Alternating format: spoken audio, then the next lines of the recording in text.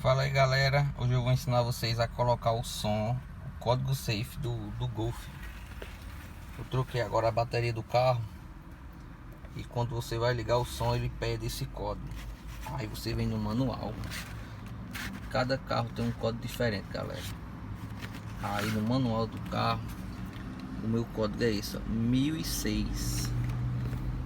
Aí você vem ali, esse aqui é equivalente ao primeiro número, ó. No caso o meu é 1006, eu vou voltar para o 1 e assim vai, ó. O 2 vai ser a segunda casa,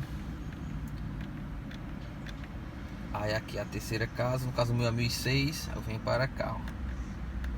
1006 é o código. É muito fácil, galera.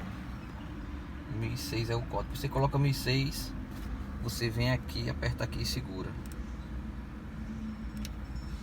Eita, esse não, o de cima. Você vem nesse aqui e segura. Aí ele vai, já ligou, ó. Já tá na rádio normal. Vou pular aqui a rádio. Esse é o Golf, mas eu creio que vale para vários carros da Volkswagen. Tá aí a dica, galera. Valeu.